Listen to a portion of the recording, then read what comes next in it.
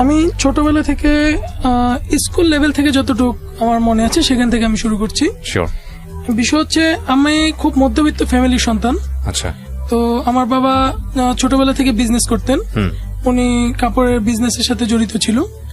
That fine একটা সময় আমাদের যে বিজনেসটা ছিল ওইটাতে একটা দুর্ঘটনা ঘটে, সেটা হচ্ছে আমাদের দোকান থেকে প্রায় অনেক টাকার মালামাল চুরি হয়ে যায়। আচ্ছা। তো সেখান থেকে একটু হোঁচট খেয়ে পড়া। মানে আপনার কয় ভাই বোন ছিলেন? আমরা ছিলাম এক ভাই এক বোন। না, আপনি সবার বড়? আমি বড়। আচ্ছা। আপনার যখনই চুরির ঘটনাটা ঘটছে তখন বয়স কত?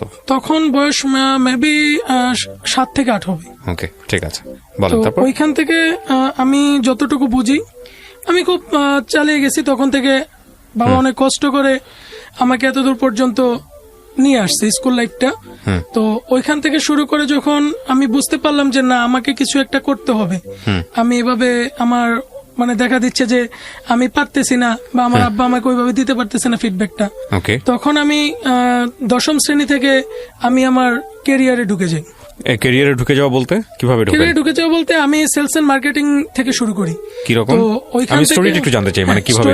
স্টোরিটা হচ্ছে যে আমি যখন মানে দেখলাম যে আমার কোনো কিছু একটা করতে হবে, দেন তখন আমি বিভিন্ন জায়গায় বিভিন্ন লোকের সাথে যোগাযোগ করতে লাগলাম। তো ওই হিসাবে একটা লোকের সাথে পরিচয় হলো যিনি হচ্ছে ডিস্ট্রিবিউটরশিপ বিজনেস করেন।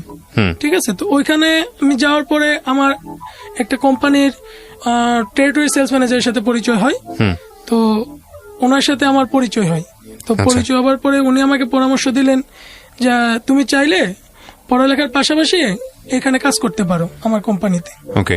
ওই থ্রুতে আমি কাজ সেলস এন্ড মার্কেটিং কে আমি এটা বুঝি না। তো ওইখান থেকে শুরু করে আমি ফার্স্ট টাইম আমাকে একটা কলম, একটা অর্ডার বুক এগুলো হাতে ধরাই দিল। তো ধরাই দেওয়ার পরে আমি একা একা ফিল্ডে গেলাম। আমাকে নির্দিষ্ট একটা রোড চার্ট দিল যে আপনি আজকে 7 দিনের রোড চার্ট দিচ্ছে, আজকে এই জায়গায় যেতে হবে। তো ওই বড় অনুযায়ী আমি আমার যে এলাকা ছিল, যে থানা ছিল, ওই থানাতে আমি একটা রোড নিয়ে কাজ করি। আচ্ছা। তো ফার্স্ট টাইম যখন আমি রোডে যাই তখন তো আমার এই সম্পর্কে কোনো আইডিয়া নেই। তখন দেখা গেল যে আমি ফার্স্ট টাইম যে দোকানে ঢুকলাম ওইখানে যে কল করলাম আমাকে কোনো রেসপন্স করলো না তারা, কারণ এটা স্বাভাবিক, আমি নতুন লোক।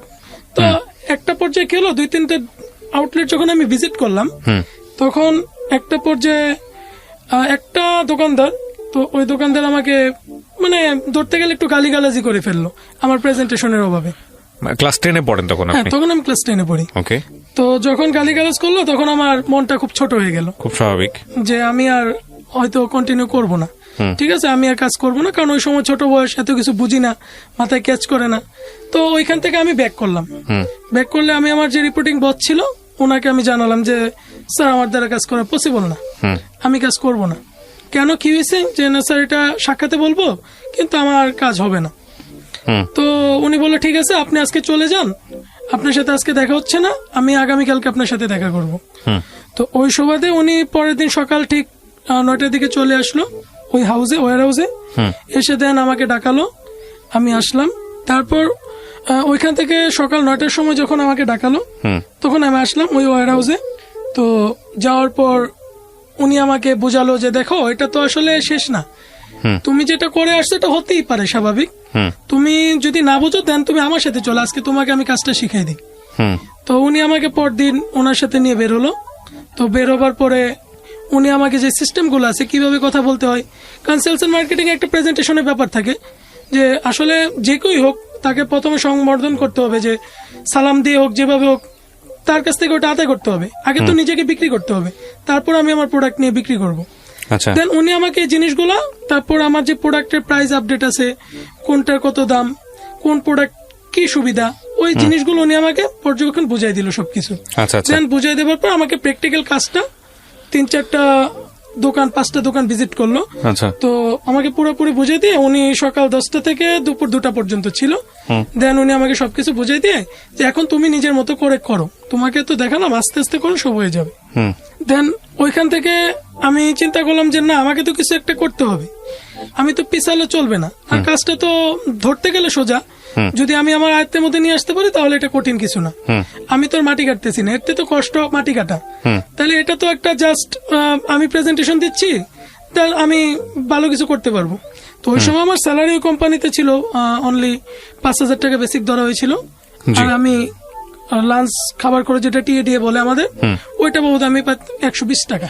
তো আপনার লেখাপড়ার কি অবস্থা ছিল ওই সময়টা? ওই সময়টা আমি যে অবস্থায় ছিলাম, আমি তখন টেস্ট পরীক্ষা হয়ে গেছে, আমি তখনই করব, আচ্ছা মানে এসএসসি দিব ওই আচ্ছা, পর্যায়ে। ওকে। তো একটু মানে তখন আমার যদিও চাকরি করা দরকার না, তো আমি আমার মানে ফ্যামিলি ওই বিষয়টা আমি জানাইনি, না জানি আমি আমার মতো করে শুরু করলাম। আচ্ছা, মানে ফ্যামিলি জানতো না যে আপনি না, কাজ ফ্যামিলি জানতো না। আমি সকালবেলা বেরোতাম, তো আমি তো দেখতাম যে আমি এমনি তো কোনো সময় দিনের বেলা পড়াশোনা করতাম না, ওকে। তো আমি পড়াশোনা চালাতাম রাতে বেলা।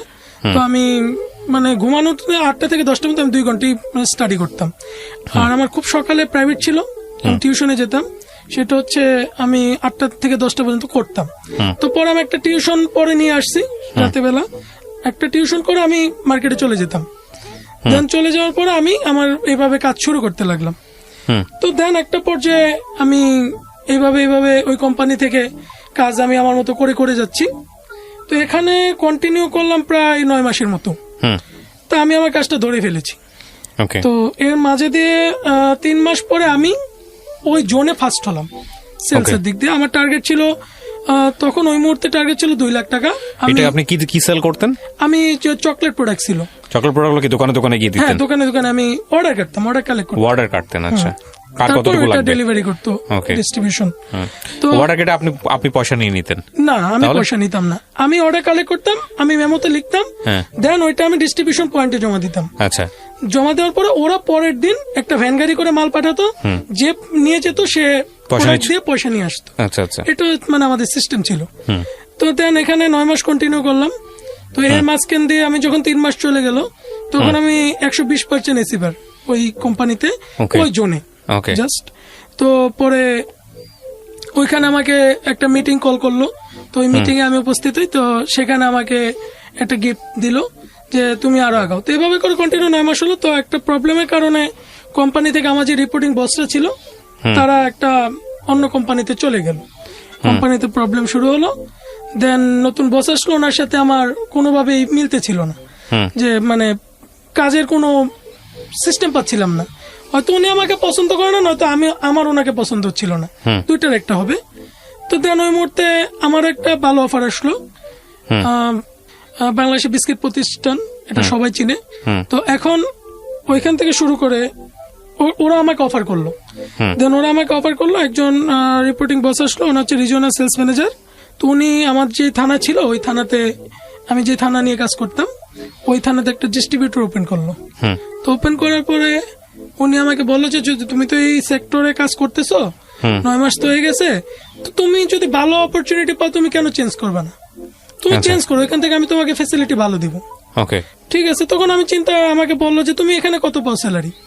আমি বললাম স্যার আমি তো এখানে 5,000 টাকা বেসিক পাই, আর আমার এই কমিশন সবকিছু মিলিয়ে টিএডিএ এ যাবত 4,000 আসে। তো আমি 9,000 টাকার মতো পাই। আমি যদি তোমাকে বেসিক 8,000 টাকা দিই, আর টিএডিএ যদি তোমাকে আমি 180 টাকা করে দিই, তাহলে কি তুমি আসবে না? আমি স্যার অপরচুনিটি ভালো হলে আসবো না কেন, অবশ্যই আসবো আমি। ওকে। দেন ঠিক আছে, তুমি এক কাজ করো, তুমি তো এখন এসএসসি তো কমপ্লিট হয়ে গেছে। তো এর মাঝখান দিয়ে আমার আবার পরীক্ষা হয়ে গেছিল। তো আমি পরীক্ষার সময় ছুটিতে ছিলাম কোম্পানি থেকে। আচ্ছা। ওই টাইমটা আমি ছুটি নিয়ে পরীক্ষাটা কমপ্লিট করে ফেলি। তো দেখেন আমার তখন রেজাল্টও বের হয়ে গেছে। তো রেজাল্ট বের হয়ে যাওয়ার পরে আমি কলেজে প্রিপারেশনও নিয়ে ফেলছি। দেন ওই টাইমে আমি এখন তখন কলেজ লেভেলে। তো কলেজ লেভেলে ভর্তি হওয়ার পরে তো আমার তো তেমন লেখাপড়ার কোনো চাপ নেই। তো আমাদের যে এই জায়গায় সরকারি যে কলেজ আছে, তো ওই কলেজে আমি ভর্তি ছিলাম। তো আমি কলেজে কখনো কন্টিনিউ ক্লাস করতাম না, হয়তো মাঝে মধ্যে 1-2 দিন যাইতাম। তো ওই জায়গাটা আমি খুব ভালো করে ধরলাম যে ওই কোম্পানিটা ভালো ছিল। তো যার কারণে আমি বুঝলাম যে না, এখানে তো কাজ করলে আমি মাসে 14 থেকে 15,000 টাকা পাবো, তাহলে দেন আমি কাজ করবো না কেন? রাইট। তো ওইখানটা আমি খুব পরিশ্রম করলাম। লাস্ট বলতে গেলে খুব ভালোভাবে 1 বছর চললো, খুব সুন্দর করে। ওকে। দেন তো আপনি বাসায় টাকা দিতেন ওই সময়টাতে? হ্যাঁ, ওই সময়টাতে আমি বাসায় পুরো মানে টাকা দিতাম, আমি বেসিকের টাকাটা দিয়ে দিতাম। আর আমি আমার বাড়ি থেকে জিজ্ঞেস করতো না যে কোথায় থেকে টাকা পেলা, নাকি তখন জেনে গেছে? মাঝখান দিয়ে তো সবাই জেনে গেছে আমি কাজ করতেছি। তখন লেখাপড়া চলতো ওই সময়টাতে নাকি? না, লেখাপড়া চলাকালীন আমি চাকরি করে 1 মাস পরে যখন আমি স্যালারি পেলাম, ঠিক সেই মুহূর্তে আমার মানে বাসায় যখন আমি দেখতেছি, আমি মজার বিষয় হচ্ছে আমি জামা কাপড় কিনে নিয়ে আসছি। তো জামা কাপড় কিনে নিয়ে আসছি পরে আমার মা আমাকে প্রশ্ন করলো যে তুমি টাকা পাইলা কই?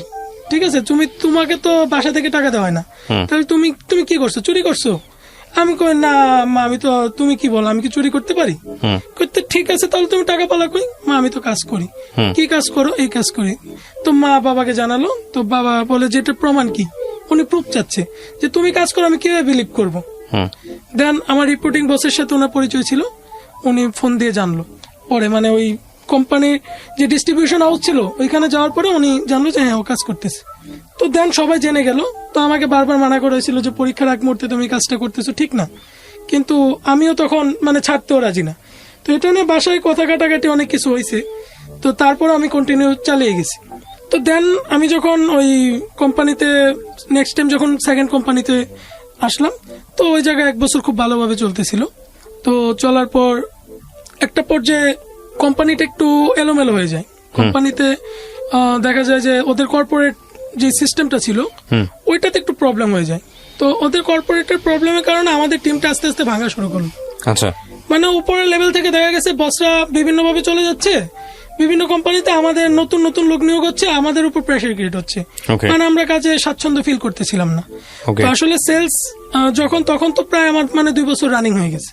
তো ওই 2 বছর রানিং এ যখন দেখলাম যে অবস্থা, আমি তো তখনও কিছু বুঝি না, কারণ এখনো ধরতে গেলে শিখতেছি। তো ওই লেভেল থেকে তো ওই সময় আমি কিছুই জানি না। তো চিন্তা করলাম যে ঠিক আছে, এখানে কিভাবে করব। 1 বছর কন্টিনিউ হলো। তো ওই মুহূর্তে আমার একটু গ্যাপিং হয়ে গেল, আমি চাকরিটা রিজাইন দিয়ে দিলাম। আমি আর করবো না চাকরি। কত সালের গল্প এটা? হচ্ছে হয়ে গেছে তো 13-এ। 2013 ওকে। তখন আপনি কিসে পড়ার কথা, মানে পড়াশোনা গ্যাপ দিয়ে দিয়েছেন? না না না, গ্যাপ না, তখন আমি ইন্টার রানিং আছি। ইন্টার রানিং পড়ছেন। ওই সময়টাতে আপনি ইনকাম করতেন কত? ওই সময়টা আমার স্যালারি ছিল 14,000 টাকা, সবকিছু মিলে 14,000 টাকা। আপনি ইন্টারে পড়ে ফ্যামিলিকে সাপোর্ট করছেন। বাবা কি করছে ওই সময়টাতে? ওই সময়টা বাবা হচ্ছে তখন কাপড় দোকান তো ক্লোজ হয়ে গেল। ওই সময়টা বাবা ছিল ওই স্টেশনারি বিজনেস, মানে মোদি মনোহারি যেটা, আচ্ছা আচ্ছা, ওইটা করতেছিল। তো ওইটা দিয়ে তো আসলে ওইভাবে কোনো কিছু হচ্ছিল না। আমি আমাকে গুছাচ্ছিলাম, ফ্যামিলি বাবা চালাচ্ছিল, কিন্তু আমি সাপোর্ট দিচ্ছিলাম। আনুষঙ্গিক যে বিষয়টা থাকে ওইটার দিক দিয়ে আমি সাপোর্ট দিচ্ছিলাম। তো পরবর্তীতে আমি গ্যাপিং হয়ে গেল আমার, ঠিক আছে, যে আমি আর করব না। তো না করার পরে তো আমার ওই জায়গায় একটা বোকামি আমি বলতে গেলি, আমি তো সবার উদ্দেশ্যে বলতে চাই যে কেউ যদি কখনো জব চেঞ্জ করতে হয় তাহলে অবশ্যই আরেকটা অপরচুনিটি না আসা পর্যন্ত জব চেঞ্জ করতে হয় না। এটা হচ্ছে আমি বোকামিটা করে ফেলছি, আমি জবটা ছেড়ে দিয়েছিলাম। আচ্ছা। তো ছেড়ে দিয়ে আসলে জবে থাকাকালীন অনেক অফার আসে, কিন্তু ছেড়ে দেওয়ার পরে আর কোনো অফার আসে না। তখন সবার কাছে গেলেও মনে করে সে ব্যর্থ। তো ওই টাইমটাতে আমি প্রায় 2 মাসের মতন আমি বেকার ছিলাম। আচ্ছা। আমি কন্টিনিউ কোনো কিছুতে ভালো অপরচুনিটি পাচ্ছিলাম না। ঠিক ওই মুহূর্তটাতে তখন বয়স অল্প, মাত্র শিখতেছিলাম। তখন ওই রাস্তায় চলতে ফিরতে দেখা যায় কত সেলসের লোক দেখা যায়। তো ওই জায়গাটায় আমার একটা লোকের সাথে পরিচয় হলো। তো সেই লোকটা একটা কোম্পানিতে ছিল, টোবাকো কোম্পানি। তো ওই কোম্পানি উনি বললো যে আমাদের তো একটা অফিস আছে ঢাকায়, তো তুমি কি করো? আমি তো সেলস মার্কেটিং এ ছিলাম স্যার। তুমি আমাদের সাথে জয়েন করতে পারো, ঠিক আছে, তোমার আনারে ডিলার আছে না এরকম? হ্যাঁ, আমার তো পরিচিত ডিলার আছে। ঠিক আছে, তোমাকে যদি আমি জেলা পর্যায়ে দিই, তুমি তো এখন রিপ্রেজেন্টেটিভ হিসেবে কাজ করছো, তা আমি যদি তোমাকে 1 স্টেপ উপরে উঠাই দিই, প্রমোশন দিয়ে দিই, তাহলে তুমি কাজ করবে না? তা আমি তো খুশি যে আমি এই মুহূর্তে প্রমোশন পেয়ে যাচ্ছি, আমার কাছে কোম্পানি কোনো বিষয় না। আমি ওই জায়গায় উৎসাহ সহিত আমি কোম্পানি কি পজিশন ওইগুলো আমার দেখার সময় নেই। আচ্ছা। আমি উৎসাহতে আমি কি করলাম, হ্যাঁ ঠিক আছে আমি যাবো, ঠিক আছে তোমার কাগজপত্র নিয়ে তুমি চলে আসো ঢাকায়। তো ঢাকায় তাদের অফিসে গেলাম। তো খুব জিগজাগ, খুব সুন্দর অফিস, অনেক সবকিছু ঠিকঠাক আছে, কিছু প্রোডাক্টের স্যাম্পল তো ওইগুলো তারা রেখে দিল। তাদের 4টা আপনার টোবাকো সিগারেট ছিল, তো ওইগুলো হচ্ছে মানে 1 টাকা দামের সবগুলো। তো ওটা মার্কেটে এত পরিচিত না, তারা মার্কেট রানিং করতে যাচ্ছিল। আচ্ছা। তো এখন যে বিষয়টা হচ্ছে, ওনাদের সাথে আমি বসলাম।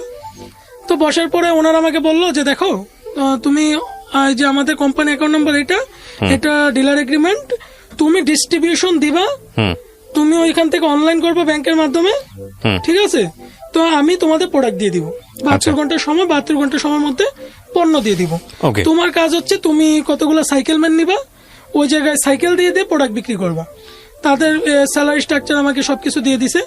আমার স্যালারি বলে দিল যে তোমার বেসিক হচ্ছে 15,000 টাকা, আর তুমি টিএ দিয়ে পাবা 8,000 টাকা। ওকে, তো আমি এখানে দেখা গেছে আমার অনেক টাকা স্যালারি আর আমার কমিশন সহ প্রায় 28,000 টাকার মতো আসে। জি, তো আমি ওইটা চিন্তা ভাবনা করে না একটা করেই ফেলি, যেহেতু চাকরিও পাচ্ছিলাম না তখন, এটাও প্রমোশন বসা লেভেলের আছি, চাকরি, হ্যাঁ। বসা আছি আমি। তো আমি দেন জয়েন করলাম। তো জয়েন করার পরে আমার যে কলিগ ছিল, হুম, আরো কলিগা ছিল যারা আগে কোম্পানিতে জব করতাম, হুম, তো তাদের সাথে মোটামুটি পরিচয় ছিল। তো আমি তো একটা থানা লেভেলে কাজ করতাম, জি, তো জেলা লেভেলে তো আমার কোনো পরিচয় ছিল না। হুম, তো আমি যখন যেহেতু এক্সপিরিয়েন্স আছে ওই ক্ষেত্রে চিন্তা করলাম যে না আমি পারবো। হুম, তো আমি আমার মানে যে এলাকায় কাজ করতাম হুম। ওই এলাকা থেকে একজন একদম নতুন একজন লোক, যিনি আসলে বিজনেস বুঝতো না কি জিনিস, আচ্ছা, তো ওনাকে আমি মানে ইন টোটালি বিষয়টা বুঝালাম। আচ্ছা, উনি কৃষিকাজের উপর নির্ভরশীল ছিলেন। তো দেন একটা পর্যায়ে উনি আপনার রাজি হলো যে ঠিক আছে তুমি যেমন বলতেছো কি তোমাকে বুঝালেন চিনি। ওনাকে আপনি? আচ্ছা, আমি ওনাকে বোঝালাম যে দেখেন আপনি যদি কোম্পানি থেকে এই প্রোডাক্টগুলি আনেন, হুম, তো টোবাকো কোম্পানি আসলে সবার একটা চাহিদা আছে, যেহেতু এটা মানে খুব ভালো চলে, তো এটা নিয়ে অনেকেই মানে আসলে আগ্রহ প্রকাশ করে, তো এই কারণে আমার কাজটা ইজি হয়ে যায়। তো আমি কি করলাম, ওনাকে বললাম যে দেখেন আমি তো একটা কোম্পানিতে জয়েন করলাম, আপনি তো আমাকে চিনেন, হ্যাঁ জি চিনি, তা আপনি এখানে বিজনেস করতে পারেন, বেটার হবে, আমি আপনাকে 4টা সাইকেল ম্যান দিব নতুন অবস্থায়, তো ওনারা আপনাকে হেল্প করবে। হুম, তো ওই মাল প্রোডাক্ট বিক্রি করে দিবে, আপনার কাজ হচ্ছে আপনি শুধু ইনভেস্ট করবেন আর সেলস এর দায়িত্ব আমাদের। আচ্ছা, তো উনি বললো যে ঠিক আছে তাহলে আমার প্রফিট, আমি প্রফিট সিস্টেমটা বুঝিয়ে দিলাম যে আপনি এত করে কিনবেন এত করে বিক্রি হবে, এটা হচ্ছে আপনার প্রফিট। ওকে, আর সাইকেলম্যান যেগুলো আছে এগুলো আমাদের কোম্পানি থেকে বেতন অনার করবে। হুম, তো ওই অবস্থায় আমি আমার যে ফ্রেন্ড সার্কেল ছিল, তো তাদের মধ্যে থেকে আমি 2-3 জনকে আমি আমার কোম্পানিতে ইন করাই, আচ্ছা, যে তারাও কাজ খুঁজতেছিল, খুবই Okay. Close friend. Okay. তো আমি যেহেতু অপরচুনিটি আছে আমি তাদেরকে, তো প্রবলেম নাই, আমি তাদেরকে জয়েন করাই দিলাম। কত সালে এটা? এটা হচ্ছে তো 2014 সালের দিকে, হ্যাঁ, 14 দিকে। হ্যাঁ, তো পরে ওটা ওরা ই করলো যে ঠিক আছে, ওরা কাজ শুরু করে দিল। কাজ শুরু করে দেওয়ার পরে এরকম করে চলতেছে। হুম, প্রোডাক্ট পাঠাইছে মাত্র হচ্ছে 2,000 না 4,000 টাকা, যে স্যাম্পল দিলাম, হ্যাঁ, তো আপনারা এটা বিক্রি করতে থাকেন। হ্যাঁ, তো ওরা ওই 4,000 টাকার প্রোডাক্ট নিয়ে কাজ শুরু করে দিছে। আচ্ছা, যে আমি বলতে আচ্ছা করো, প্রোডাক্ট তো আর আসতেছে। তো উনি আবার অনলাইন করছিল, মেবি উনি অনলাইন করে নাই, উনি গিয়ে আপনার ওই জায়গায় ক্যাশ টাকা দিয়েছিল। হ্যাঁ। তাদের সিস্টেম ছিল যে আপনার অফিসে এসে ক্যাশ দেন, আমরা প্রোডাক্ট পাঠিয়ে দিব। ওকে, তো উনি তো বোঝেন, উনি আমাকে দেখে ক্যাশ টাকা দিয়ে আসছে। হুম, তো ক্যাশ টাকা দিয়ে আসার পরে ওই জায়গায় ওনার আর প্রোডাক্ট পাচ্ছিল না। আচ্ছা, তো হুটহাট করে প্রোডাক্ট পাচ্ছে না, তো আবার 4,000 টাকার প্রোডাক্ট পাঠালো ওকে, 2-4 দিন যাওয়ার পরে, ওকে, এই 8,000 টাকা। তো 8,000 টাকা প্রোডাক্ট পাওয়ার পরে আমি তো বুঝতেছি প্রোডাক্ট মনে তারা এইভাবে দিবে। ওনারা বলতে সিগারেট নিয়ে কি করবেন, আগে মার্কেট করেন, ড্যামেজ হয়ে যাবে, হ্যাঁ, ঠিক আছে, ওই কারণে প্রোডাক্ট দিচ্ছে না। ওকে। তো আমরাও কাজ শুরু করতেছি। তো এরকম করে আমি আবার আমার সদর বেসিস এলাকা যেটা ছিল, কিন্তু আপনাদের নতুন প্রোডাক্ট, আপনারা টাকা তুলতেন কিভাবে আগে দোকানের কাছ থেকে? হ্যাঁ আমরা টাকা হচ্ছে আমাদের প্রোডাক্ট তো তখন ছিল ওইটা হচ্ছে ক্যাশ অন ডেলিভারি। হুম, আমাদের সাইকেলম্যানরা প্রোডাক্ট কার্টুনে করে নিয়ে যেত, হুম, তো দোকানে যাইতো, যে ওইখানে একটা টেস্ট করাইতো, ওনাদের যদি ভালো লাগতো মনে হতো, দেন তারা প্রোডাক্ট নিত, নিয়ে টাকার সাথে সাথে দিয়ে দিত। হুম। কিন্তু কাজ ছিল আপনারা তো তার আগে বোধহয় টাকা তুলতেছিলেন বা কিছু একটা, আমি জিনিসটা না। গুবলেট পাকাই ফেলতেছি, মানে আমি এত সেলস বা মার্কেটিং বুঝি না আসলে। আচ্ছা। তো প্রোডাক্ট নাই, আপনারা কি বিক্রি করতেছিলেন? প্রোডাক্ট তো পাঠাইছে কিছু, এই 4,000-8,000 টাকা বিক্রি করতেছিলেন? হ্যাঁ। আচ্ছা, ওকে, ওইগুলাতে প্রতিদিন 500-1,000 এরকম আসতেছে, আচ্ছা, মানে যে যেমন পাঠাইছে। তো নতুন প্রোডাক্ট, এটা তো আর মার্কেটে কেউ চিনে না। তো ছোট ছোট যে গ্রামের দোকানদার আছে, একটু গরিব এলাকা, ওইসব ওদের কাছে এলাকায় বিক্রি করতেছেন? ওদের কাছে বিক্রি হচ্ছে। ছোট ছোট টং দোকান, হ্যাঁ, যে জায়গায় যে কৃষি কাজ করে, ওইসব সাইডে তো এত ব্র্যান্ড লাগে না, হুম, তো ওইসব সাইডে বিক্রি হচ্ছে টুকটাক। হুম, তো আমি দেখলাম যে না, কোম্পানি তো প্রোডাক্ট দিচ্ছে, তো আমি আর একটু বিস্তার করি। ওনারা আমাকে প্রেসার ক্রিয়েট করতেছিল যে তুমি এখনো শুরু করছো, এখনো ভালো কিছু করতে পারতেছো না, সময় চলে যাচ্ছে। তো আমি আবার আমার সদর এলাকায় আর একটা ডিলার ওপেন করি। ওনাকে ঠিক সেম ভাবে সবকিছু বোঝানোর পরে উনিও ঠিক অফিসে যে টাকা দিয়ে আসে। তো এভাবে টাকা দেওয়ার পরে 2-3 বার ওনাকেও ঠিক সেম 7,000 থেকে 8,000 টাকা প্রোডাক্ট দেওয়া হয়। হুম, তো দেওয়ার পরে ওনারা এভাবে করে প্রায় 3-4টা ডিলার হয়েছিল আমার, প্রায় ওই জায়গায় 2,80,000 টাকার মতন ট্রানজেকশন হয়ে যায়, হুম, ঠিক আছে। তো ওই মুহূর্তে তারা কি করলো, সুন্দর করে কোম্পানিটা তাল বানানো শুরু করে দিল, হুম, যে দিচ্ছি, আসতেছে প্রোডাক্ট কুষ্টিয়া থেকে, আসলে তারপর ট্রান্সপোর্টে পাঠাচ্ছি, আপনি রেডি থাকেন, সেলসের ওই লোকজনকে বলেন কাজ করে যেতে, আমার তো ওইদিকে প্রোডাক্ট শেষ। তো এরকম করে 1 মাস চলে গেল। তো 1 মাস চলে যাওয়ার পর আমরা স্যালারি যাচ্ছি। যে আমাদের তো এখন স্যালারি টাইম হয়েছে, প্রোডাক্টও দিতে পারতেছেন না, আমার তো সাইকেল ম্যান এতগুলো আছে, আমি কি করব, আমার তো তাদের স্যালারি দিতে হবে। ঠিক আছে স্যালারি দিচ্ছি, এরকম করে করে তাদেরকে বললো স্যালারি দিচ্ছি করে আরো 15 দিন। তখন এই মুহূর্তে প্রোডাক্টও নাই, তারাও বসে আছে। এখন পুরোপুরি প্রেশার আসতেছে আমার উপরে। এখন আমি যাদেরকে বিশ্বাস করে তারা আমাকে দেখে চাকরিতে জয়েন করছে, তারা তো অফিস চিনে না।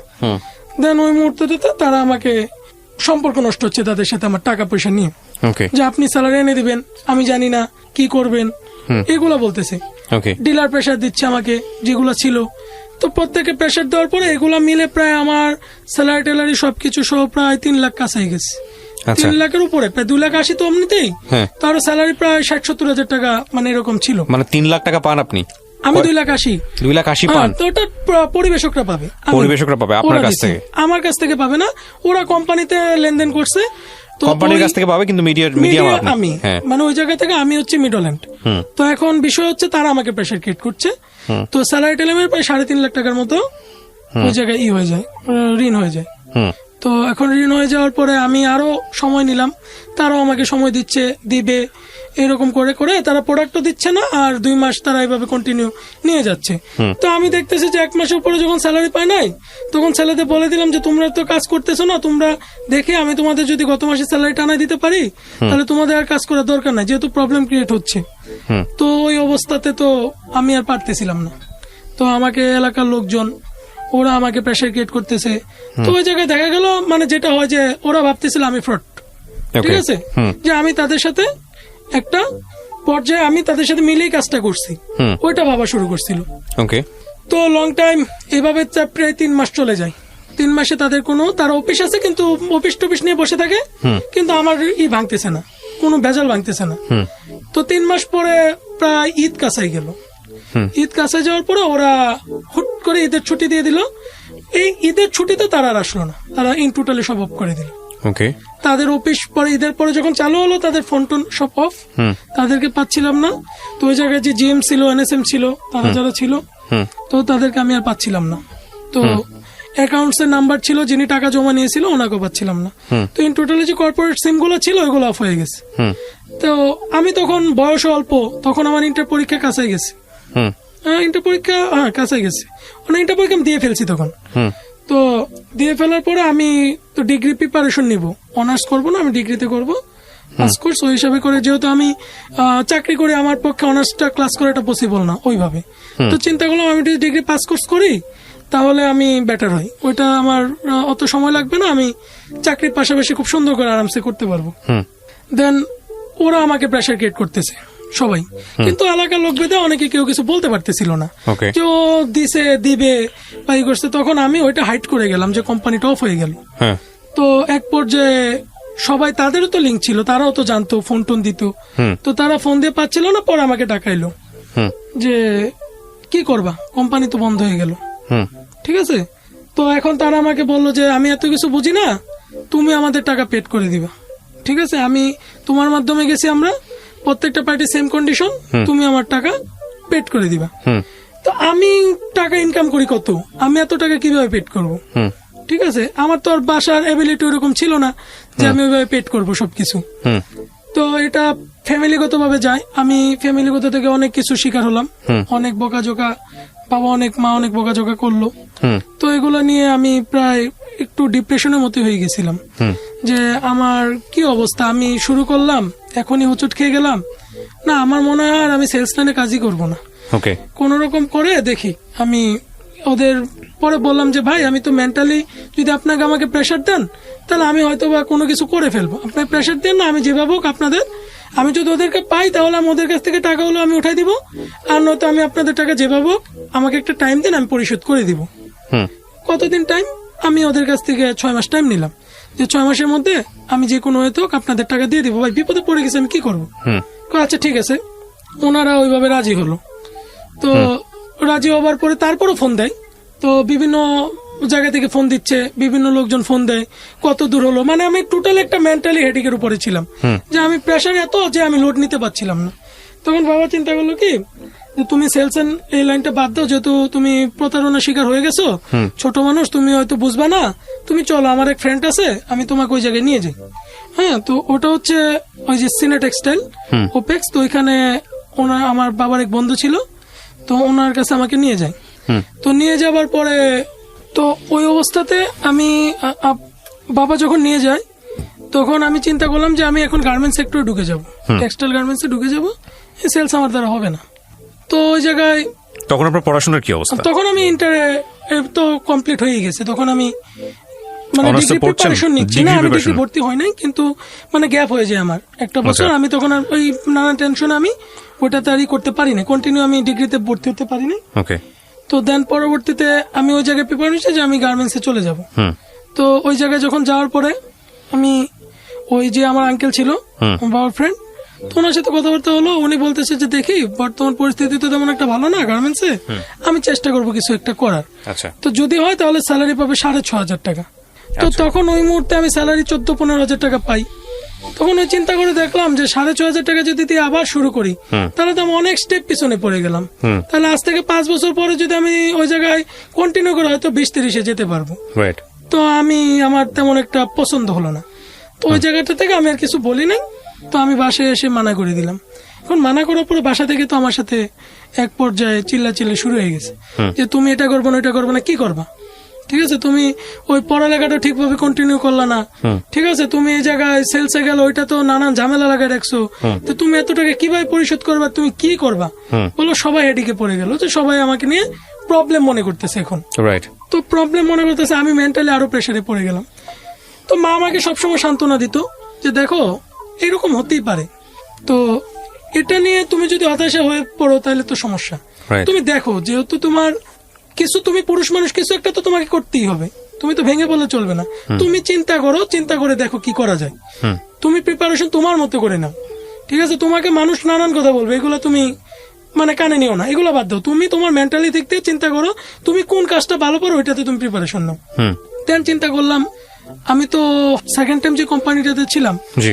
ফার্স্ট টাইম যেটা ছেড়ে দিলাম তারপরে গেলাম, তো ওই কোম্পানিটাতে তো আমি ভালো ছিলাম। তো ওই কোম্পানিটাতে কেন আমি রাগ করে রিজাইন করলাম? আমার তো বোকামি ওইটা।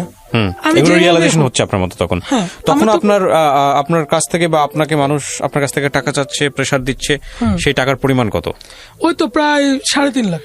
আচ্ছা, ওকে। তো তারপর ওইখান থেকে চিন্তা করলাম যে না, আমাকে আবার একটু ট্রাই করতে হবে। আমি যেহেতু ওইখানে ভালো অ্যাচিভার ছিলাম, আমি অবশ্যই আমাকে কেউ না করবে না। তো আমার সব রেকর্ড, যে আমি থানাতে কাজ করতাম, ওই থানাতে সব রেকর্ড তারা চেক করলো। তো আমি এ যাবৎকাল পর্যন্ত ওই কোম্পানিতে আমি ফার্স্ট অ্যাচিভার। আচ্ছা। তো ওই কোম্পানিতে আমার একটা নাম ছিল যে জয়কে, ও ওই জায়গায় ভালো অ্যাচিভার। তো ওরাও আমাকে খুঁজতেছিল, নতুন একটা টিম যখন আসলো। তো ওই টিমটা আসার পরে তো ওনারা আমাকে খুঁজলো, কিন্তু আমার কন্ট্যাক্ট নাম্বার ছিল না, বিদায় ওরা আমাকে পাইনি। তো আমি যখন ওই জায়গায় ডিস্ট্রিবিউশন হাউস ছিল ওই কোম্পানির, ওইখানে একদিন গেলাম। যাওয়ার পরে ডিস্ট্রিবিউটরকে বললাম আমি তো আগে কোম্পানিতে চাকরি করেছি। তো পরে উনি বললো আচ্ছা আচ্ছা আপনার নাম কি? আমি বললাম আমার নাম তো জয়। আচ্ছা আপনার কথা তো অনেক শুনছি, আপনি এই জায়গায় ভালো সেল করতেন আগে। উনিও নতুন ডিস্ট্রিবিউটর তখন, পুরাতন যিনি ছিল উনি আর নাই। তো পরবর্তীতে বললো ঠিক আছে, কি জন্য? আমি আমার তো একটু এই জায়গায় রিপোর্টিং বসের নাম্বারটা লাগবে, একটু যদি দিতেন কাইন্ডলি। ঠিক আছে নেন। তো আমার আবার ওই নাম্বারটা হারাই গেছিল, আমার সিরিয়াল নাম্বারটা মনে ছিল না। তো কর্পোরেট একটা সিরিয়াল থাকে, তো ওটা লাস্ট ডিজিটটা আমার কোড মনে ছিল, কিন্তু ডিজিটটা মনে হচ্ছিল না। তো আমি আবার ওনার কাছ থেকে কালেক্ট করলাম, নাম্বারটা কালেক্ট করবো, ওনাকে ফোন দিলাম। তো উনি আমাকে বললো যে ঠিক আছে আপনি আমার সাথে দেখা করেন। তো উনি আমাকে বলে না যে উনি আমাকে খুঁজতেছিল। তো ওই জায়গায় যে রানিং ছিল, মানে ওই জায়গায় কন্টিনিউ মানে বারবার চেঞ্জ হচ্ছে লোক, মানে কোনোভাবে সেলসটা ডেভেলপ হচ্ছে না। কারণ ওই মার্কেটে আমার একটা পরিচিতি ছিল, আমি হুট করে দোকানদার কাছ থেকে আড়াল হয়ে গেছি। সবাই একটু ডিমোটিফাইড যে না, মানে নতুন লোক আসছে যাচ্ছে, মানে কোম্পানির প্রতি একটা অনিয়া চলে আসছে। তো দেন উনি বলতেছে যে দেখো পলাশের অবস্থা তো খুব খারাপ, কি করবা? এখানে তো আগে তুমি কাজ করছো, তো এখন তো পারতেছি না, মানে এই যে লোকজন আসে যায় ওইটা দিয়ে তো হচ্ছে না। আমার এখন টার্গেট এই জায়গায় মাত্র 90,000 80,000, সেটাও হচ্ছে না ঠিক মতো। কিন্তু কোম্পানির প্রোডাক্ট হিউজ পরিমাণ পড়ে যাচ্ছে, ড্যামেজ হচ্ছে, কি করা যায়? স্যার আমিও তো খুব বিপদগ্রস্ত হয়ে গেছি, 16 সময় রাগ করে চাকরি, তুমি রাগ করে চাকরি, তোমার বস চলে গেছে, উপর থেকে কর্পোরেট সেকশনে আসবে যাবে, তোমার তো এই জায়গায় কিছু, তুমি ভালো চিবার, তোমার তো রাগারাই কোনো প্রবলেম নেই। তুমি কাজ করবে, তোমাকে যদি গালিগালাজ কেউ করতো তুমি সেটা সরাসরি জানাইতে কাউরে। তুমি চলে গেছো কেন? তুমি এই জায়গায় তো ওটা ভুল করছো, বোকামি করছো। এতদিন তো তোমার একটা প্রমোশন হয়ে যেত, তুমি তো এই জায়গায় ভালো থাকতাম। তো উনি আমাকে ভালো একটা পরামর্শ দিল। তো চিন্তা করে দেখলাম যে এখন তো আমাকে যেভাবে হোক আমার জায়গাটা আগে রেডি করে ফেলতে হবে, আর নয়তো তো আমার এই জায়গায় ঋণের একটা প্রেশার আছে। তো পরবর্তীতে আমি আবার ওই জায়গায় জয়েন করলাম নতুন করে। ইন্টারভিউ দিয়ে এসে তখন আমার ইন্টারভিউ সিস্টেম চালু হলো কোম্পানিতে, ঢাকা অফিসে আসতে হয়। তো ওইখানে অফিসে এসে আমি ইন্টারভিউ দিলাম। এটা কি আগের অফিসে নাকি নতুন একটা অফিস? মানে আগের অফিসে, একদম প্রথম যে অফিসে জয়েন করেছিলেন? না ওটা সেকেন্ড টাইম যে কোম্পানিতে ছিলাম। ওকে। তো ওই সেকেন্ড টাইম কোম্পানিতে আবার আমি দ্বিতীয়বার গেলাম। তো দ্বিতীয়বার যাওয়ার পরে আমাকে তো মানে আমার যে কোশ্চেন পেপার টেপার দিল, রিটেন সবকিছু আমি টিকে গেলাম। তখন আমি এগুলো জানা আছে, আমি জানি। তো আমি কাজ শুরু করলাম আবার। তো ওই জায়গায় ফার্স্ট মান্থ আমি যে জায়গায় 80,000 টাকা সেল ছিল ওই জায়গায় আমি 2 লাখ করলাম, মানে প্রায় 200% রিসিভার। ওই মাসে আমি বেতন পেলাম, এভাবে 14 ছিল, আর ইনসেন্টিভ মিলে 22,000 টাকা স্যালারি উঠালাম। তো কোম্পানি খুব খুশি, কোম্পানি আমাকে প্রায় এভাবে 3 মাস দেখলো, আমি এভাবে গুড অ্যাচিভার। তো 3 মাস পরে আমি যেহেতু আগে থেকেই কোম্পানিতে ছিলাম, তো তারা মোটামুটি একটা রেকর্ড আছে। তো আমার যে ডেপুটি সেলস ম্যানেজার স্যার ছিল, উনি আমাকে খুব পছন্দ করতেন। তো উনি বলতেছিল একটা মিটিং এ শ্রীমঙ্গলে আমাদের হয়, কনফারেন্স হয়। তো ওই কনফারেন্সে যাওয়ার পরে তো আমি বুঝতেছিলাম যে আমার মানে জায়গায় মানে সবার দেখতেছি নতুন নতুন প্রমোশন হচ্ছে, যারা আগে ছিল কিন্তু আমাকে দিচ্ছে না। তো আমি বলছি কিন্তু আমাকে তারা মানে শুধু বলতেছে দিবে, দিচ্ছি, কিন্তু প্রত্যেক নিচের দিক দিয়ে হয়ে যাচ্ছে সবার নতুন গুলো। কিন্তু আমি একজন ওল্ড পার্সন, আমাকে তারা, আমি কাজ বুঝি, সবকিছু বুঝি, তাহলে আমাকে তারা দিচ্ছে না। তো শ্রীমঙ্গলের মিটিং এক পর্যায়ে রাগ করেই আমার আর একটা কোম্পানি অফার আসে প্রমোশন লেভেলে। এই জায়গায় আরেকটা বোকামি, ঠিক আছে। তো আমি মানে ওই যে বলে না যে বয়সের অভাবে যেটা হয় আর কি, সেটাই হচ্ছে। তো আমি এক্সাইটেড হয়ে যাই খুব বিষয়গুলোতে। তো দেখা গেল আমি ওই শ্রীমঙ্গলের মিটিং এ ওই জায়গায় ডিজিএম স্যার ছিল, তো ওনারা কনফারেন্স ওই জোনের, তো কনফারেন্সে আমি ডিরেক্ট সবার সামনে উঠে না করি যে আমি স্যার কাজ করবো না। ওকে প্রিয় শ্রোতা, প্রায় 200 থেকে 250 লোকজন, তোদের সামনে একা দাঁড়ায় বলছি যে কাজ করব না। কেন করবো না? যে স্যার আমার অন্য একটা কোম্পানিতে প্রমোশন হয়েছে, এই কোম্পানি যেই নাম, আমি স্যার এখানে কন্টিনিউ করবো না। তো ডিজিএম স্যার চিন্তা করতেছে ছেলে তো সাহসী, ও 250 জন লোকের সামনে বলতেছে কাজ করবে না, আবার ওইভাবে বলতেছে। তো ডিজিএম স্যার বলছে আচ্ছা ঠিক আছে, তোমাকে নেম পরে বসতেছি, তুমি বসো। তো ডিজিএম স্যার আমার যে সেলস ম্যানেজার স্যার ছিল, ওনাকে বললো যে ছেলেটা ভালো আছে, ট্যালেন্ট আছে, ও সাহস আছে, ওকে নিয়ে আপনি চিন্তা করেন, দেখেন অফিসে পাঠাইতে পারেন। তো উনি বলে চলে গেল। তো দেন সেলস ম্যানেজার আমাকে ডাকলো যে তুমি কোম্পানিটা ছাইরো না, 1 মাস করো, আমি তোমাকে, স্যার বলে গেছে সমস্যা না, আমি তোমাকে একটা ব্যবস্থা করে দিচ্ছি। তো দেন আমি বললাম যে না স্যার, আমি ওই জায়গায় কথা দিয়ে ফেলছি, আমি ওইখানে যাবই। তো বলে যে যাবাই, তাহলে যাও, তাহলে আর কি করা, তোমাকে আমি বলতেছি তুমি বিলিভ করতেছো না, তাহলে তো কিছু করার নেই। তো ওই জায়গাটাতে আমি যে আবার জয়েন করে একটা কোম্পানিতে, ওইখানে আমি রিজাইন দিয়ে দিই। তার আমার স্যালারিটা 15-20 দিন পরে পেড করে দেয়। পেড করে দেওয়ার পরে আমি ওইখানে জয়েন করি আরেকটা কোম্পানিতে। করার পরে ওইখানে আমি ঘুষাচ্ছি। ওই কোম্পানিটা ভালো, কিন্তু কোম্পানি মার্কেটটা একেবারে নতুন। তারা আগে থেকে কোম্পানিতে মানে নতুন করে 5টা গ্রুপ করছে, প্রোডাক্ট ভাগ করে গ্রুপ করছে। তো একটা গ্রুপে আমাকে একটা ডিস্ট্রিক্টের দায়িত্ব দিল। দেওয়ার পরে আমি তখন ওই জায়গায় টেরিটরি সেলস ম্যানেজার হিসেবে ঢুকে গেছি। তো ঢুকার পরে আমি জেলা নিয়ে কাজ করতেছি। তো আমি নতুন নতুন ডিলার করতেছি। তো দেওয়ার পরে বিভিন্ন থানাতে যখন ডিলার গুলো হচ্ছিল, তখন ওই যে আমি যে কোম্পানি থেকে চাকরি ছেড়ে দিয়ে আসছি, ওই কোম্পানি দেখতেছিল যে আমি যে জায়গা থেকে চলে আসছি ওই জায়গায় সেল আবার ডিগ্রোতে চলে গেছে। আর যে ম্যানেজার ছিল, এরিয়া ম্যানেজার, যেখানে জেলার দায়িত্ব ছিল ওই কোম্পানিতে, ও শুধু মাইনাস খাচ্ছে। তো মাইনাস করার পরে কি করছে যে আমি যে জায়গায় ডিলার ওপেন করতেছি ওই জায়গায় তাদের ডিলার নাই, অথচ আমি যে কোম্পানিতে পড়ে গেছি ওটা থেকে 1000 গুণে ভালো প্রতিষ্ঠিত কোম্পানি, কিন্তু তারা ওই জায়গায় বিজনেস করতে পারতেছিল না, তো ডিলার দিতে পারতেছিল না। তো ওই ম্যানেজার আমার কাছ থেকে হেল্প নিল যে আপনি যে জায়গায় ডিলারটা দিলেন, আমাকে এই জায়গায় আপনি একটু ওনাকে বলে টলে আমাকে ডিলারটা দিয়ে দেন। তো আমি ওনাকে দিয়ে দিলাম। তো যে আমার যে রিপোর্টিং বস তারা তো আমাকে চিনে। তো একটা দিন ওই পয়েন্টে তারা আসলো, আসার পরে দেখলো যে আমি যে 2টা ডিলার দিয়ে দিছি ওনার এরিয়া ম্যানেজার পারতেছে না, অথচ আমি তাদেরকে হেল্প করে আমি ওনারে দিয়ে দিছি। তখন ডিএসএম স্যার চিন্তা করলো যে না, ওরে পাঠাইতেই হবে যেভাবে হোক, কারণ ও এখান থেকে চলে গিয়ে নতুন একটা কোম্পানিতে ভালো কিছু করতেছে, আর আমার যে পুরাতন আছে উনি পারতেছে না। তাহলে দেখা যায় যে আমাদের প্রিপারেশন চেঞ্জ করতে হবে। তো যিনি ছিল ওনাকে বদলি করে দিল, বদলি করে দিয়ে উনি, তখন আমি কোম্পানি ছেড়ে দিয়েছি। নতুন কোম্পানি থেকে ওনারা আমাকে ডাকালো যে আপনি একদিন কিশোরগঞ্জ আসেন। ওকে, তো আমি গেলাম। তো ওই জায়গায় একটা হাউস আছে, ওইখানে উনি বসে। তো আমাকে যেদিন ডাকালো তারপরের দিন হচ্ছে আমার ইন্টারভিউ, আবার ওই সে আগের কোম্পানিতে। ওকে, এবার হচ্ছে আমার প্রমোশন লেভেলে ইন্টারভিউ। ওকে, তারা আমাকে সিলেক্টেড করছে যে আমি ওখানে যাব, ইন্টারভিউ দিব। তো আগের দিন রাতে বেলা আমি গেলাম, আমাকে টোটালি সব বুঝাই দিল কেমনে কি করতে হবে ইন্টারভিউ। তো আমার ডিএসএম স্যার আমাকে হেল্প করছে। তো ওই দিন রাতে বেলা তো দেখা যায় যে আমি যে জায়গায় ছিলাম ওটা হচ্ছে ভৈরবে ছিলাম। তো ওইখান থেকে আমাকে খুব সকালে ট্রেন ধরতে হবে। তো আমি ট্রেনের প্রিপারেশন নিচ্ছিলাম। তো স্যার বলে যে না, ট্রেনে যেতে হবে না, অনেক সময় ট্রেনে লেট হয়ে যায়, আপনি এক কাজ করেন বাসে চলে যান, ভালো একটা বাস দেখে চলে যান সকাল সকাল। তো আমি হচ্ছে ঢাকাতে আজকেও আসবো। তো আমি বাসে উঠলাম, আমার ইন্টারভিউ হচ্ছে 9টায়। তো আমি ওই সকাল থেকে, তখন আবার টঙ্গীর অবস্থা খুব বাজে, তো আমি টঙ্গী পর্যন্ত খুব ফ্রিলি আসতে পারছি। কিন্তু তারপরে দেখা গেছে যে আমি এমন জ্যামে পড়ছি যে আমার ওই জায়গায় তখন ভাঙাচোরা খুব কাজ চলতেছিল, উত্তরার ভিতরে ঢুকাই যাচ্ছিল না, মানে একবার রাস্তা ব্লক। তখন আমি সেকেন্ড কোনো অপশন এরকম করতে করতে আমার আস্তে আস্তে যেতে যেতে আমার প্রায় বেজে গেছে 10টা। আমি অফিসে পৌঁছালাম, গিয়ে দেখি সবার ইন্টারভিউ প্রায় শেষ, আমি অ্যাটেন্ড করতে পারলাম না। আমি বসে আছি রিসেপশনে। তো আমার ডিজিএম স্যার হঠাৎ করে অফিস ইন্টারভিউ রুমে ঢুকতেছিল, আমাকে বলে জয় তুমি এখানে? জি স্যার। আমাকে হ্যাঁ, তোমার তো আজকে ইন্টারভিউ দেওয়ার কথা। জি স্যার। তুমি এত লেট করে 10টা ইন্টারভিউ তো শেষ, তুমি ইন্টারভিউ দাও নাই? না স্যার, তোমার ইন্টারভিউ না, যাও, তুমি লেট করে আসছো, তোমার ইন্টারভিউ হবে না, তুমি কাজে তোমার কোনো তুমি দায়িত্ব নেই, তুমি ওই ছেলেটা না যে শ্রীমঙ্গলে বলছিল চাকরি ছেড়ে দিবা, তুমি আসলে রেসপন্সিবল, তোমাকে দিয়ে হবে না, যাও বেরিয়ে যাও, তুমি যাও, তোমার ইন্টারভিউ নাই। আমি স্যার আমাকে একটা সুযোগ দেন স্যার, আমি আপনি স্যার ডিএসএম স্যারকে ফোন দেন, আমি ওনার সাথে রাতে ছিলাম, উনি আমাকে যে অনেক দূর থেকে তো স্যার আমি আসলে সকাল সকাল এসে আমি এখানে পৌঁছাইতে পারি না, রাস্তায় প্রচুর জ্যাম ছিল স্যার, ঢাকার অবস্থা তো বুঝিনি। কি করবা তুমি? পরীক্ষা দিবা? পরীক্ষা দিলে পারবা? তুমি একা একা পরীক্ষা দিতে হবে, যদি দাও তাহলে আমি তোমার রুমে বসাই দিব, তোমার মোবাইলটা আমাকে দিয়ে দিবে, তুমি একা একা পরীক্ষা দিবা, তোমার যে কেউ গার্ড থাকবে না। আমাকে স্যার ঠিক আছে, আমি একা একা পরীক্ষা দিব, সমস্যা নেই। তো আমাকে রিটার্ন দিল।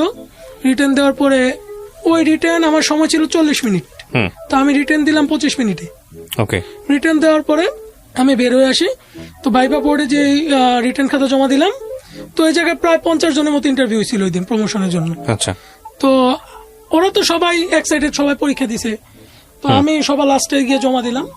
তো জমা দেওয়ার পরে ফার্স্ট যখন ইন্টারভিউ ভাইবার জন্য ডাকালো, ফার্স্ট আমার নাম, যে জয় কে আছেন, আপনি আসেন। তো আমাকে তারা ডাকালো, আমি ভাইবা বোর্ডে গেলাম, ওইখানে ডিজিএম স্যার ছিল, এইচআর ছিল।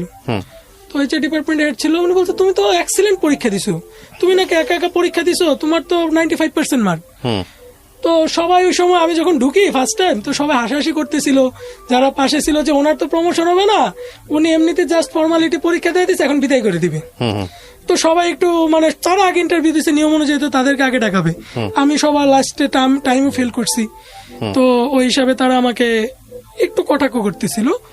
পরবর্তীতে তারা আমাকে কি করলো, তো স্যার আমাকে বললো যে কি তুমি কি এখন কোম্পানিতে রানিং না? কিনা স্যার আমি তো মাঝখান দিয়ে চাকরিটা ছেড়ে দিয়েছিলাম।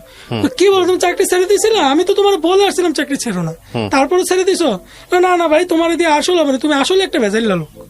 এইভাবে বলতেছে। এইচআর বলতেছে না স্যার দেখেন, ওর যা হয়েছে ওই ছেলে মানুষ বুঝতে পারে না, ওকে দিয়ে দেন, ও পারবা, সবকিছু ঠিকঠাক মতো পারবা, গুছাইতে পারবা? জি স্যার পারবো। ঠিক আছে, যাও, তোমার হয়ে গেছে, যাও, তুমি কালকে থেকে তোমার স্যারকে বলে দেবো, তুমি কাজ শুরু করো। তখন এই জায়গায় আমি বেরোলাম, তখন সবাই বলতেছে ভাই না করে দিছে না, ভাই কষ্ট পায় না, আবার ট্রাই করেন, হবে। আমি জি ভাই হচ্ছে না তো, আমি কিছু বলে না, আমি তাদেরকে কিছু বলিনি, আমি আমার মতো করে চলে আসছি, আমি আমার প্রিপারেশন নিচ্ছি। তো দেন ওইখান থেকে আমি আবার কাজ শুরু করলাম প্রমোশন লেভেলে, আমি খুব এক্সাইটেড। তো ওই মুহূর্তে যা হয়, দেখা গেছে আমি ওই এরিয়াতে যারা আমার কলিগ ছিল সবাই তো আমার সাথে রিপ্রেজেন্টেটিভের চাকরি করতো। তো এখন আমাকে তারা মানে 2-1 জন বাদে সবাই একটু ইগনোর করা শুরু করছে, মানে তার সাথে কাজ করছি, তাকে বস ডাকতে হবে, স্যার ডাকতে হবে, মানে এটা নিতে পারতেছিল না। তো বিশেষ করে 2 জন ছিল খুব, মানে দেখা গেছে আমি গেলাম, ওরা মানে আমাকে বেয়াদবি স্বরূপ সব কাজ করতেছে, আমাকে মানতেছি না, স্যার ডাকতেছে না, আমার কথা শুনতেছে না। তো স্যার না ডাকুক, বাই ডাকুক, ওইটা আমার প্রবলেম নাই, কিন্তু কাজের সিস্টেমে তো থাকতে হবে। তো আমি ওইভাবে আমি আমার স্যারকে রিপোর্ট করলাম যে স্যার আমার এখানে তো আমি পরিবেশটা গুছাই নিতে পারতেছি না। কয় না দেখেন হবে, আমি সব পয়েন্ট আপনাকে ঘুরাই সবকিছু ঠিকঠাক করে দেবো, আপনি নতুন জায়গাগুলি সেটিং করেন, পুরাতন তো কিছু হাই হেলো করেন, পরে আমি সবকিছু দেখছি, এটা হয়তো নতুন নতুন তো ঠিক হয়ে যাবে। তো আমি ওইভাবেই কাজ শুরু করছি। তো একদিন সবাইকে ডাকা বললাম ভাই দেখেন আমি নতুন, আমাকে কোম্পানি মনে করছে প্রমোশন দিছে, এখন আপনার হচ্ছেন আমার সহযোগী ভাই, আপনাদের সাথে একসাথে অনেকদিন কাজ করছি, আপনাকে দেয় না, আপনি ভবিষ্যতে হতেও পারেন, আমার ক্ষতি করে তো ভাই আপনাদের লাভ নাই। সবাই চাকরি করতেছেন, আপনারা যদি আমার সাথে কাজ না করেন, আপনি ডিগ্রুতে যাবেন, আমি ডিগ্রুতে যাব, আপনি আমাকে স্যার ডাকতে পারেন, আপনি সবাই আমাকে ভাই ডাকেন, শুধু কাজটা আমাকে কন্টিনিউ টাইম টু টাইম দিন, তাইলেই হবে। তো দেওয়ার পরে যে চিন্তা করে দেখতেছে যে ওর সাথে এত কিছু করতেছি, ও তো আমাদের সাথে বেয়াদবি করে না, তাহলে পরবর্তীতে একটা সময় ম্যাচ হয়ে গেল। একটা ছেলে ছিল, ও কি করলো আমার আন্ডারে কাজ করবে না, ওর মানে খুব এগোতে লাগছে আমাকে প্রমোশন দেওয়া নিয়ে। ও কি করলো নিজেই বলে টলে যেভাবে ও বদলে নিয়ে নিল, ও আরেকটা জায়গায় চলে গেল যেটা আমার এরিয়াত না। তো ওই জায়গায় নেওয়ার পরে আমি আমার কাজ করতেছি, তো এভাবে প্রায় 3 মাস করলাম। তো 3 মাস করার পরে হঠাৎ করে আমার একদিন যে আমি দেখা যায় নদীর এপার ওইপার, তো সিমটা ট্র্যাকিং হতো আমার। তো আমি মানে ডিলারের সুবাদে আমি নদীর ওই পারে যাই। তো নদীর ওই পারে গেলে আমাদের ট্র্যাকিংটা আরেক জেলা দেখায়, মানে গাজীপুর দেখাচ্ছে। তো আমার যে সেলস ম্যানেজার স্যার ছিল, তো উনি হয়তো ট্র্যাকিং করতো আমাকে, তো উনি দেখতেছে আমি ডিউটি টাইমে অন্য জেলায় আছি, অন্য এরিয়াতে।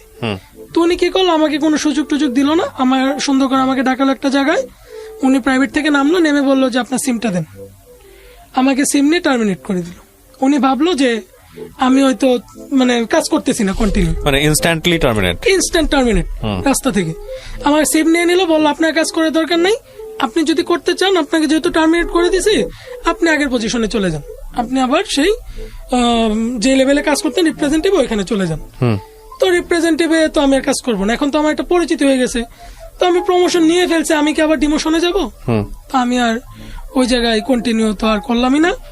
দেন এটি আমার লাস্ট ওই কোম্পানিতে যাওয়া, ওইখান থেকে আমি বের হয়ে আসছি। তো বের হয়ে আসার পরে আবার আমি এই জায়গায় ইনস্ট্যান্ট হয়ে গেছে, আমি তো আর কাজ পাচ্ছিলাম না ওই অবস্থাতে। তো চিন্তা করলাম যে না, এইভাবে আর হবে না, তো আমি চাকরি করব না। তখন আমার কিছু ক্যাশ ক্যাপিটাল হয়ে গেল, আর ওই দিক দিয়ে আমার যে ঋণটা ছিল ওইটা আমি কিছু কিছু করে দিতেছিলাম, অল্প অল্প করে আমি সবাইকে দিতেছিলাম। আর মাঝখান দিয়ে আমি আমার মানে গ্রামের বাড়ি থেকে একটা টাকার অ্যামাউন্ট পাই, প্রায় 1 লাখ টাকা, ওটা হচ্ছে গাছ বিক্রির মাধ্যমে।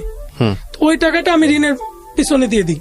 তো এরকম করে করে চাকরি করাকালীন আমি প্রায় 2 লাখ টাকা ঋণ ক্লিয়ার করে ফেললাম, 1 বছর সময় লেগে গেল। তো ওরা তো আমাকে ওইভাবে মেন্টালি প্রেশার দিচ্ছিল, কিন্তু টাকা কন্টিনিউ দিচ্ছিলাম বিদায় তারা আমাকে ওইভাবে প্রেশারটা দিতে পারতেছিল না। তো 2 লাখ দেওয়ার পরে আমি আবার একটু ফ্রি হ্যান্ড যে আমি আবার কাজ করব, তখন আমি আমার কাছে মনে হয় 40-50 হাজার টাকার মতো ছিল। তো আমি একটা ব্যবসা শুরু করলাম। আমি কি ব্যবসা শুরু করলাম? ডিস্ট্রিবিউশনের। আমি নিজে বিজনেস করতাম, নিজে ওই যে কোম্পানিতে অর্ডার কালেক্ট করতাম, মানে আমার তো এটা কাজ জানা। তখন আমি আমার এলাকায় এটা শুরু করলাম। তো শুরু করার পরে তো আমার তো পুঁজি অল্প, ওই পুঁজি দিয়ে আমি মানে কোনোভাবে কুলায় উঠতে পারতেছিলাম না। একটা ড্রাইভার ছিল, তো ওই সময় প্রায় ওই দিন 35,000 টাকা মাল নিয়ে বেরিয়েছিল। তো মাল নিয়ে বেরোর পর ওর একটা ট্রাকের সাথে অ্যাক্সিডেন্ট হয়, আমার গাড়িটা। ওই ভ্যান গাড়িটা অ্যাক্সিডেন্ট হওয়ার পর আমার মালগুলো সব পড়ে গেল একটা বিলের মধ্যে, সবগুলি প্রায় ড্যামেজ। তারপর ওইখান থেকে আমি একটা ধাক্কা খেলাম, আমি বিজনেস আবার ক্লোজ করে দিলাম যে না আমার হবে না, আমি আবার সেলসে চলে যাব। তো আমার এক স্যার ছিল, তো উনি বললো যে অনেক তো করছেন, আসেন এখানে আসেন, শুরু করেন। তখন আমি রিজিওনাল সেলস ম্যানেজার, মানে আমি 3 জেলার দায়িত্ব নিয়ে কাজ শুরু করে দিছি। তো ওইখানটা আমার বলতে গেলে একটা মানে শুভাকাঙ্ক্ষী বলা যায়। তো ওইখান থেকে আমার ভালো একটা পাবলিসিটি হয়ে গেল। তো দেন আমি আমার জায়গাটা আবার স্ট্রংলি করে ফেলতে পারলাম। তো ওইখান থেকে আমি আমার একটা টিম গুছাচ্ছিলাম, তো গুছাই টুসাই তারপর সবকিছু মানে স্ট্রাগল টু উপর দিকে এটা প্রায় 18 দিকে চলে আসছে। ঠিক আছে, তো 18 দিকে চলে আসার পরে আমি দেখা গেছে যে এখন আমি স্ট্রংলি যাচ্ছি। এর মাঝে আমি সব ঋণ ক্লোজ আমি সব শেষ করে দিছি। এখান থেকে আমি ইনকাম করে করে সেলস এন্ড মার্কেটিং থেকে আমি ইনকাম করে করে সবার ঋণ দিয়ে দিছি। আমি তখন বাড়িতে টাকা দিতাম না। তো রিজিয়ন সেলস ম্যানেজার ওই জায়গায় প্রায় আমি 2019-20 পর্যন্ত করলাম। করার পরে 19-20 এর দিকে আমি এসে সেলস ম্যানেজার হলাম ওই কোম্পানিতে। তো করার পরে আমার ওই জায়গায় শুরু করতেছি। তো লাস্ট এখন যখন নাকি আমি এখন এই জায়গায় পাবলিসিটি ভালো হয়ে গেল, ভালো একটা সোর্স পেলাম, সেলস মার্কেটিং ভালো বুঝে গেছি, সবকিছু ঠিকঠাক চলতেছিল। তো এর মাঝে দিয়ে সবকিছু লেখাপড়া স্টাডি সব কন্টিনিউ, সবকিছু শেষ করলাম। এখন যে বিষয়টা হচ্ছে বর্তমানে আমি একটা পজিশনে আছি, যে কোম্পানিতে আছি ওই কোম্পানিতে আমি কন্টিনিউ 3 মান্থ আছি। আচ্ছা, তো এখন আমি বর্তমানে ন্যাশনাল সেলস ম্যানেজার হিসেবে এই কোম্পানিতে রানিং আছি। ওকে। তো বর্তমানে আমার ওই লাস্ট 3 ইয়ার্স আমি আমার পিছনে তাকাতে হয় নাই, আমি খুব সুন্দর করে সবকিছু গুছাই নিয়ে এসে আমি এখন মোটামুটি স্বাবলম্বী। ধার দেনার কি করেছেন আপনি? ওইগুলো সব ক্লিয়ার হয়ে গেছে। এই গল্পটা আপনি কেন বললেন? এই গল্পটা বলার মেন উদ্দেশ্য হচ্ছে যে আমরা দেখা যায় যে সেলস এন্ড মার্কেটিং এ কাজ করি, আমার দেখাই অনেক লোক আছে যে তারা ভেঙে পড়ে, ওই দেখা যায় বিভিন্ন ফ্রডে পড়ে। তারপরে বাংলাদেশে অজস্র কোম্পানি আছে মানুষকে প্রতারিত করে, কিন্তু আমার বলার উদ্দেশ্য হচ্ছে যে আমার মতো যাতে কেউ ভুল না করে। হয়তো আমি আরো পজিশনটা আরো আগে করতে পারতাম, কিন্তু আমি যে পরিমাণে কোম্পানি চেঞ্জ করছি বা আমি যে ভুল করছি ওই ভুলগুলো যাতে কেউ না করে। দেন সবাই যাতে একটা জায়গা থেকে যেন চিন্তা করে যে না এখানে আমি ভালো আছি, এখান থেকে আমার ফিউচার হবে।